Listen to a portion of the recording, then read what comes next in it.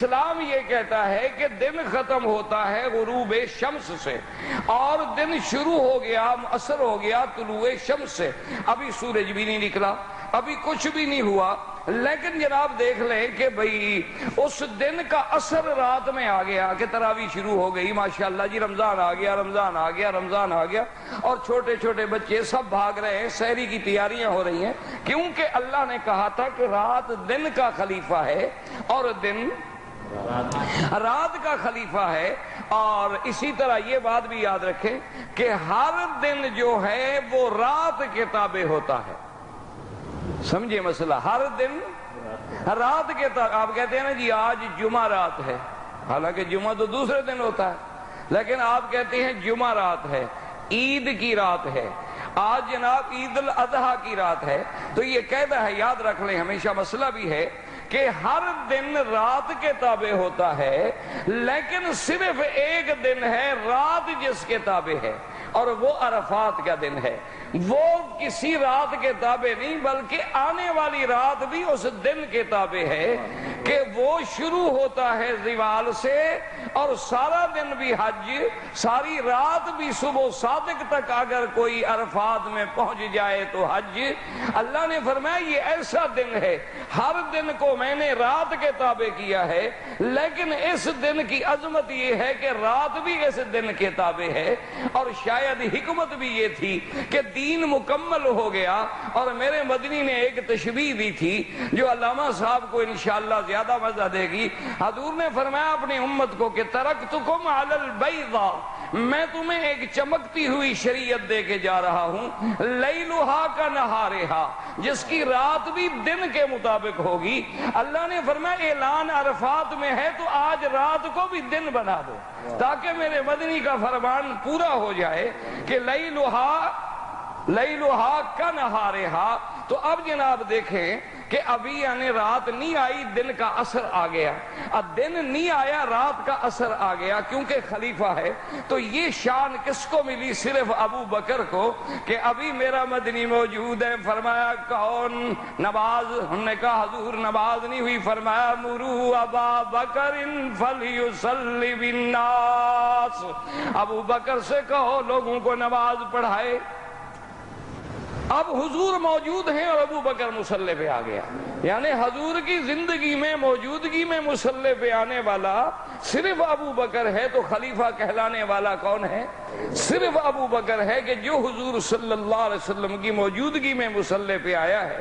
اور اسی طرح دیکھ لیں کہ سیدنا ابی بکر رضی اللہ تعالی عنہ، اللہ کے کروڑوں رحمتیں ہوں سیدنا ابی بکر رضی اللہ تعالی عنہ اور جمیع صحابہ رسول اللہ پر صلی اللہ علیہ وعلا آلہ وصحابہ وسلم رضوان اللہ تعالی علیہم اجمعین پر، کہ انہوں نے زمانہ کفر میں، زمانہ جاہلیت میں کبھی بت کو سجدہ نہیں کیا۔ اچھا خدا کی شان ہے، ایک دن ان کے ابا پکڑ کے لے گئے ان کو اور کہنے لگے ابو بکر یہ کیا بات ہے، تم میرے خدا کے آگے سجدہ نہیں کرتے ہو، تم میرے آلہہ کے سامنے آ کے عبادت نہیں کرتے ہو، آج میں تمہیں نہیں چھوڑوں گا، آج اپنے سامنے تم سے عبادت کرواؤں گا۔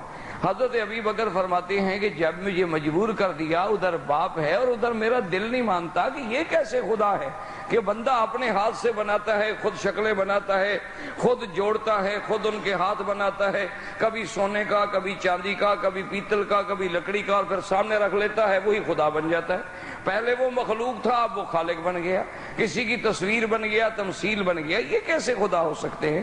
میرے عقل میں یہ بات نہیں بیٹھتی تھی، تو میں نے کہا ابا جان آپ مجھے مجبور کرتے ہیں تو چلو ایسا کریں، آج مجھے اپنے مندر میں، اپنے اس عبادت خانے میں لے چلے اور آپ چلے جائیں، آج تو میں اکیلا، بس اکیلے رہ کے آپ کے خدا سے باتیں کرنا چاہتا ہوں۔ تو ابا خوش ہو گئے، انہوں نے کہا چلو کام بن گیا، کام بن گیا، آج تو ابو بکر بھی مان گیا ہے۔ تو انہوں نے کہا ہاں بیٹے بالکل، جو علیحدگی میں مزہ آتا ہے، سکون ملتا ہے، تسکین ہوتی ہے، وہ شور و غوغا میں نہیں ہوتی۔ تو ابو بکر فرماتے ہیں میں آ کے بیٹھ گیا، ابا چلے گئے، میں نے باہر آ کے تسلی کر لی کہ والد صاحب دور ہو گئے ہیں، تو میں گیا، ان کا جو سب سے بڑا خدا کھڑا تھا، آپ نے یہاں تو بڑے دیکھے ہیں بازاروں میں خدا بکتے ہیں، یہاں بھی تو بڑے ہیں نا ماشاءاللہ، دکانوں پہ خدا بکتے ہیں۔ یہ خدا آپ نے کبھی سوچی ہے کہ انسان خود بنائے اور وہ کیا بن جائے؟ یہ عقل کی بات ہے بلا؟ اچھا مسلمان تو ایسا نہیں کرتے، ہاں جی نہیں بتا دو یار کیا، ہم تو میں تو آپ کا پرانا واقف ہو گیا ہوں. مسلمان تو کبھی ایسا نہیں کرتے.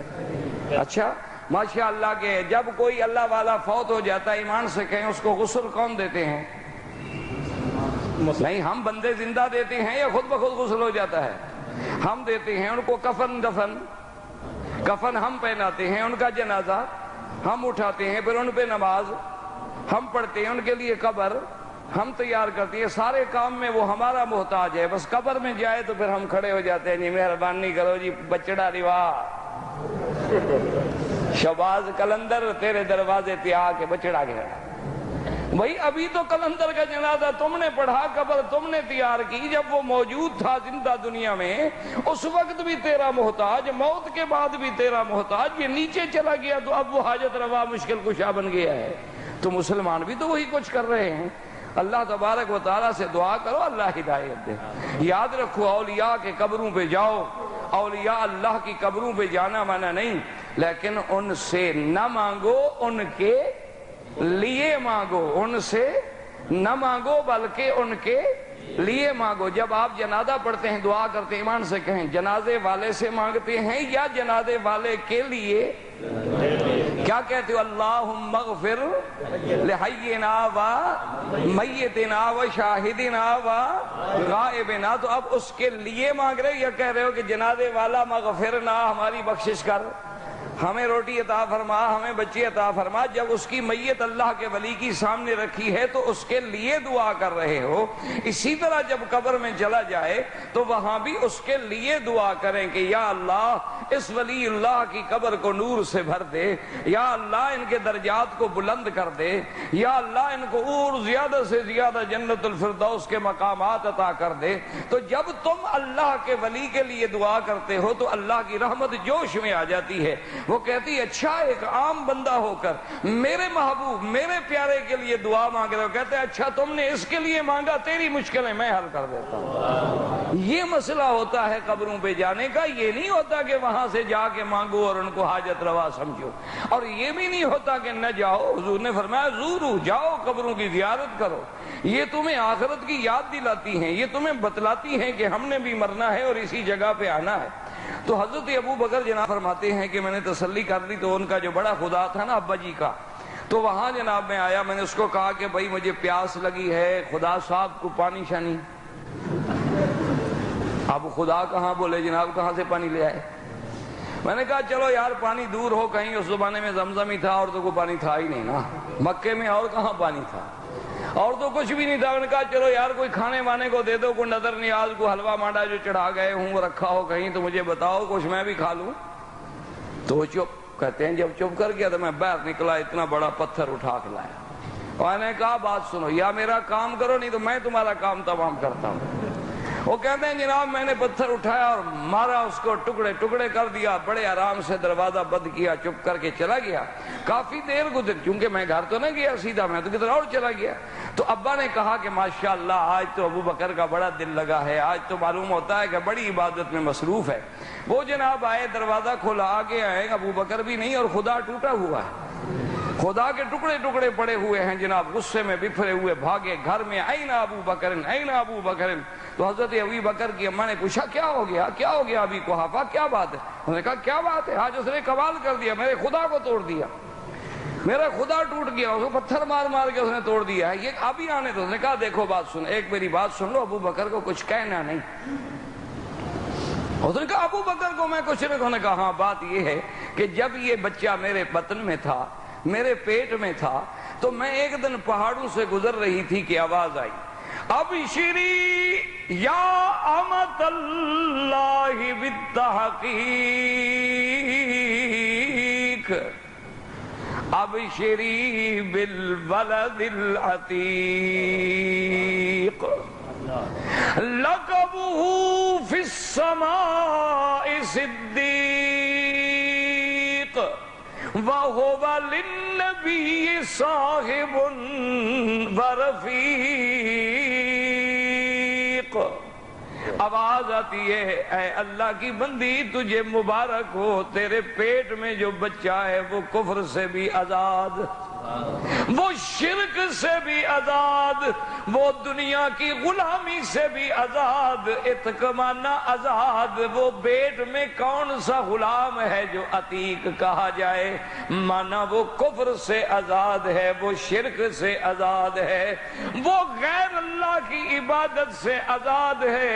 اور کہا گیا بی بی مبارک ہو، اس تیرے بچہ جو تیرے بطن میں ہے اس کا لقب آسمانوں میں صدیق ہے، اور ایک نبی پیدا ہوگا جس کا یہ صاحب و رفیق ہوگا۔ بی بی نے کہا کہ اب یا قحافہ مہربانی کر ابی بکر کو کچھ نہ کہنا، وَلَهُ شَانٌ، میرے بیٹے کی عظمت کا کوئی دن آنے والا ہے، وہ شان والا بیٹا ہے، اس کو کچھ نہ کہنا۔ اللہ نے فرمایا میرے مدنی باقی صحابہ کا نام تو تجھے بتانا ہوگا، باقی صحابیت کا اعلان تو تجھے کرنا ہوگا، لیکن ابو بکر کی صحابیت کا اعلان میں عرش سے کروں گا۔ فرمایا ثانی اثنین اذ ہما فی الغار اذ یقول لصاحبہ۔ اس لیے علماء کہتی ہیں سارے صحابہ کا کوئی انکار کر دے اس کے کفر میں تو کوئی تردد ہو سکتا ہے، لیکن ابو بکر کی صحابیت کا انکار کرے اس کے کفر میں کوئی شک نہیں ہو سکتا۔ وہ قرآن کی اس آیت کا منکر ہے کہ اذ یقول لصاحبہ۔ سبحان اللہ۔ اور خدا کی شان دیکھیں، میرا مولا فرماتے ہیں میرا اللہ وہ ثانی اثنین، وہ دوسرے میں سے دوجا، وہ کون سی جگہ تھی؟ میدان تھا، عرفات تھا، مزدلفہ تھا، وہ مسجد الحرام تھی، وہ مقام بدر تھا، مقام حدیبیہ تھا، وہ دو کس جگہ تھے؟ اللہ نے فرمایا نہ دنیا کی نظریں شاید میدان میں دھوکا کھا جائیں، وہ کہہ سکتی ہیں کہ پتہ نہیں دوسرا کون تھا، کوئی تھا تو صحیح لیکن پتہ نہیں۔ اللہ نے فرمایا میں جگہ اتنی چھوٹی کر دوں گا کہ دو کے علاوہ تیسرا بیٹھ بھی نہ سکے۔ فرمایا اذ ہما فی الغار اذ ہما فی الغار اذ یقول لصاحبہ لا تحزن ان اللہ معنا۔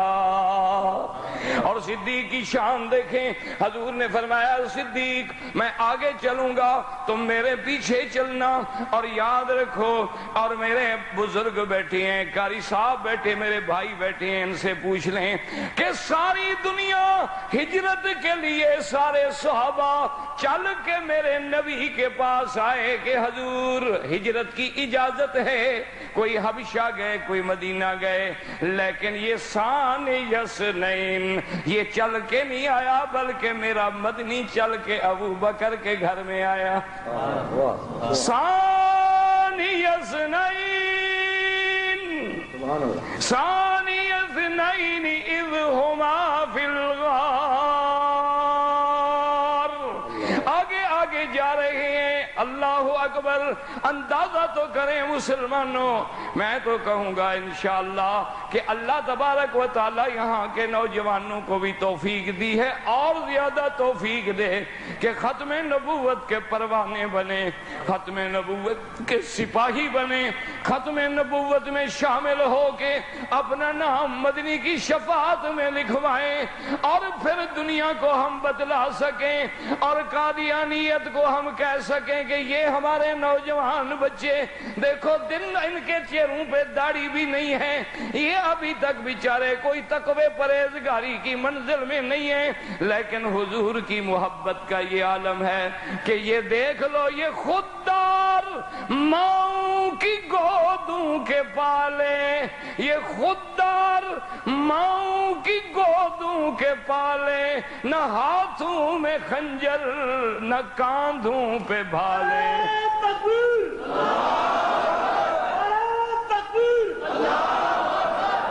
یہ خوددار ماؤں کی گودوں کے پالے، نہ ہاتھوں میں خنجر نہ کاندوں پہ بھالے، اور چلے آ رہے ہیں بڑھے جا رہے ہیں وہ ختم نبوت کا پرچم سنبھالے، اور چلے آ رہے ہیں اور بڑھے جا رہے ہیں وہ ختم نبوت کا پرچم سنبھالے۔ اب دیکھیں جی صدیق فرماتی ہیں مدنی آگے میں ان کے پیچھے، ایک کافر اتفاق سے نکل آیا اور مجھ سے کہتا ہے ابو بکر من ھذا الرجل، یہ تیرے آگے جانے والا کون ہے؟ اب ابو بکر فرماتے ہیں کہ بتلا دوں کہ محمد ہے تو پھر ہجرت کا راز کھل جاتا ہے، اور اگر جھوٹ بولوں تو صدیق کو زیب نہیں دیتا کہ کیسے جھوٹ بولوں۔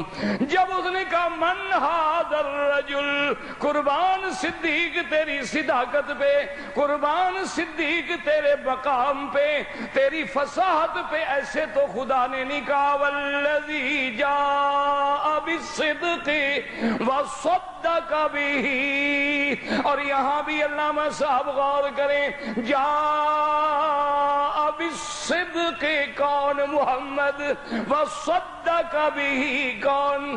ابو بکر۔ وہاں صدق ہے یہاں تصدیق ہے، جو مادہ صدق میں ہے وہی تصدیق میں ہے، کیونکہ ثانی اثنین،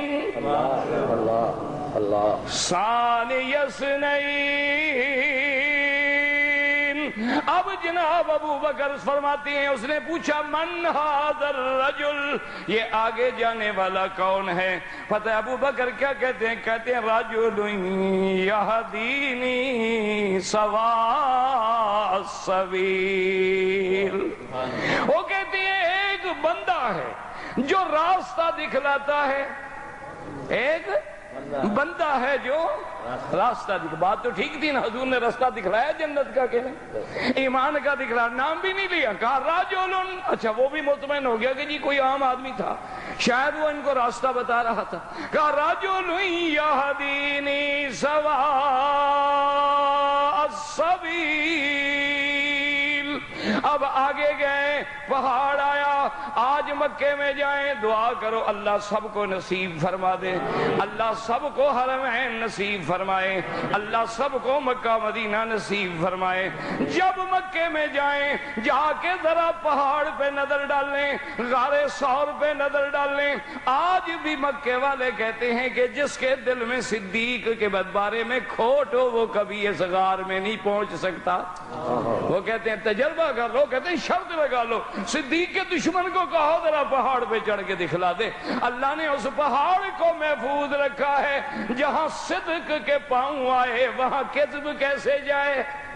یہاں صدق ہوگا تو کذب نہیں ہوگا، حق ہوگا تو باطل نہیں ہوگا، نور ہوگا تو ظلمت نہیں ہوگی، روشنی ہوگی تو اندھیرا نہیں ہوگا۔ آج تک بھی وہاں گئے تو کہتے ہیں سیدنا ابی بکر، حضور نے فرمایا ابو بکر، میں نے کہا حاضر یا رسول اللہ، فرمایا پورے پاؤں زمین پہ نہ رکھو بلکہ اگلے پاؤں کا حصہ رکھو، مکے والے بڑے سردار لوگ ہیں، پاؤں پہ چھانتے ہیں، کہیں وہ ہمارے نشان قدم کو ڈھونڈتے ڈھونڈتے نہ آ جائیں۔ کہتے ہیں حضور نے بھی اگلے پاؤں پہ چلنا شروع کیا، میں نے بھی اگلے حصے پہ چلنا شروع کیا۔ کہتا ہے میں نے دیکھا کہ فَمَلَا قَدْمَ رسول اللہ صلی اللہ علیہ وسلم من الدم، حضور کا خون مبارک پاؤں میں جمع ہو گیا، ایسے پیارے خوبصورت پاؤں، اور پھر اس پہ جب بوجھ پڑے وہ خون بھی پیارا، وہ پاؤں بھی پیارے، اور ایسے نفیس پاؤں، نازک پاؤں جو ریشم سے زیادہ نرم ہوں، وہ پتھر پہ، وہ کنکر پہ چل رہے ہیں۔ حضرت ابو بکر کہتی ہیں میں رونے لگا، میں نے کہا یا رسول اللہ ارکب علی کتفی، میرے کندھے پہ بیٹھ جاؤ، میں ابھی اٹھا کے لے چلوں گا۔ حضور پاک صلی اللہ علیہ وسلم مان گئے۔ اس لیے ایک دن سیدنا ابی بکر سے کسی نے پوچھا، انہوں نے کہا من اعلم فی اصحاب رسول اللہ، حضرت علی سب سے بڑا علم والا کون تھا صحابہ میں؟ اس کا خیال تھا نا کہ شاید مدینۃ العلم والی بات ہے تو حضرت علی سے کون بڑا ہوگا؟ تو پوچھا من عالم، فرمایا کہ سب سے زیادہ علم والا ابو بکر۔ اس نے کہا حضرت علی آپ سے بھی بڑا؟ اس نے کہا ہاں۔ حضور فرماتے ہیں فَلْيَأُمُّكُمْ أَعْلَمُكُمْ بِكِتَابِ اللَّهِ، امام اس کو بناؤ جو کتاب اللہ کا زیادہ عالم ہو، زیادہ قاری ہو۔ جب سارے صحابہ موجود تھے حضور نے ابو بکر کو مصلی پہ کھڑا کیا۔ اگر وہ بڑا عالم نہ ہوتا تو حضور کیسے مصلی پہ کھڑا کرتے؟ اب اس نے کہا اچھا حضرت مجھے یہ بھی تو بتائیں کہ چلو بڑا عالم تو ابو بکر تھا، لیکن بڑا بہادر کون تھا؟ اس نے کہا اب اس میں تو حضرت علی سے کوئی بھی نمبر نہیں لے سکتا، حضرت علی تو بدر الاسلام ہے۔ حضرت علی نے فرمایا کہ سب سے بہادر بھی ابی بکر تھا۔ اس نے کہا حضرت یہ کیسے ہو سکتا ہے؟ اس نے کہا حضور نے جب کعبۃ اللہ کے اندر داخل ہوئے، حضور نے فرمایا علی، میں نے کہا حاضر یا رسول اللہ، فرمایا اوپر ذرا تصویریں لگی ہوئی ہیں اور سیڑھی کوئی نہیں، تم بیٹھ جاؤ، میں تمہارے کندھے پہ کھڑے ہو کے ان تصویروں کو مٹانا چاہتا ہوں۔ تو کہتے ہیں حضور نے قدم رکھا تو میں نے کہا قطن قطن یا رسول اللہ، حضور مہربانی کریں مہربانی کریں، میرے تو گردن ٹوٹ جائے گی، میرے تو کمر ٹوٹ جائے گی، میں نہیں بوجھ اٹھا سکتا۔ حضور نے فرمایا اچھا تم ایسا کرو کہ تم نہیں اٹھا سکتے، چلو میں بیٹھ جاتا ہوں، تم میرے کندھے پہ کھڑے ہو کے یہ تصویریں مٹا ڈالو۔ حضرت علی نے فرمایا میں تو ایک قدم برداشت نہ کر سکا، بہادر تو وہ تھا جو کندھے پہ بٹھا کے غار تک لے گیا۔ فرمایا بہادر تو وہ تھا کہ جس نے 3 میل اتنا چڑھائی اور رستہ کوئی نہیں۔ آج کل تو روشنیاں ہیں، رستے ہیں، سب کچھ ہے، لیکن اس دور میں تو کوئی رستہ نہیں، کچھ نہیں، اور غار تک لے جانے کے بعد ایک دفعہ یاد کریں ایک بزرگ تقریب فرما رہے تھے، انہوں نے کہا کہ حضرت صدیق اکبر نے رضی اللہ تعالیٰ عنہ نے حضور کو کندھوں پہ بٹھا کے غار تک پہنچایا تو کسی ظالم نے اللہ معاف کرے دعا کرو اللہ بغض صحابہ سے بچائے، دل سے دعا کر لو اللہ بغض اولیاء سے بچائے، اللہ بغض انبیاء سے بچائے، اللہ ہمیں سب کا ادب نصیب فرمائے، اللہ ہمیں سب کی غلامی نصیب فرمائے۔ مسئلہ بیان کرنا علیحدہ بات ہوتی ہے، ادب علیحدہ بات ہوتی ہے، یاد رکھا کریں۔ ادب کا معنی یہ نہیں ہے کہ ہم کسی ولی کو نبی بنا دیں، کسی نبی کو خدا بنا دیں، یہ ادب نہیں ہوتا، یہ تو شرک ہے اور کفر ہے۔ ادب یہ ہے کہ خدا خدا ہے، مصطفیٰ مصطفیٰ ہے، صدیق صدیق ہے، فاروق فاروق ہے، عثمان عثمان ہے، علی علی ہے، صحابہ صحابہ ہیں، تابعین تابعین ہیں، اولیاء اولیاء ہیں۔ اگر فرق مراتب نہ کنی زندگی کی، اگر فرق مراتب نہیں کرو گے، بیوی کو ماں بنا دو، ماں کو بیوی بنا دو، بیٹی کو ماں کہہ دو، ماں کو بیٹی بنا دو، تو یہ دنیا کا نظام نہیں چل سکتا، تو شریعت کا نظام بھی نہیں چل سکتا۔ شریعت کے نظام میں بھی حدود ہیں، اس سے کوئی تجاوز نہیں کر سکتا۔ تو انہوں نے جب یہ فضیلت بیان کی کہ حضرت ابوبکر نے کندھے پہ بٹھایا، پہاڑ پہ چڑھ گئے، تو دشمن تو بھائی دشمن ہوتا ہے نا، مخالف تو پھر مخالف ہوتا ہے، وہ تو ہر بات سے بات نکالتا ہے۔ تو اس نے کہا جی کون سی بڑی بہادری ہے یار، عجیب بات ہے، یہ سنی مولوی جو ہے نا اہل سنت والجماعت والے، یہ چیختے رہتے ہیں جی ابوبکر نے کندھے پہ بٹھا لیا، ابوبکر اٹھا کے لے گیا، حضور صلی اللہ علیہ وسلم کا بوجھ مبارک اٹھا کے لے گیا، کیا ہو گیا؟ حدیثوں میں موجود ہے راکب رسول اللہ صلی اللہ علیہ وسلم علی الحمار، حضور پاک نے تو گدھا پہ بھی سواری کی ہے، حضور پاک نے تو اونٹ پہ بھی سواری کی ہے، اونٹنی پہ بھی سواری کی ہے، گدھا پہ بھی سواری کی ہے، اگر ابو بکر پہ بھی سوار ہو گئے تو کیا بات ہو گئی؟